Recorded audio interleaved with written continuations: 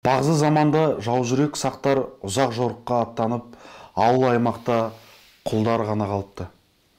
Араға жылдар салып, жорықтан оралса, ауылда қалған құлдар өздеріне қарсы шығып, өз алдарына билік құрып алған көрінеді.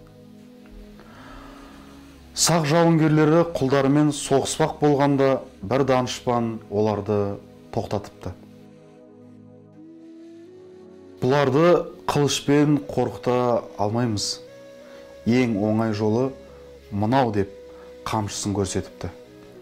Сөйтіп сақ жауынгерлері қамшыларын үйіргенде ысқырған дауыс шығыпты.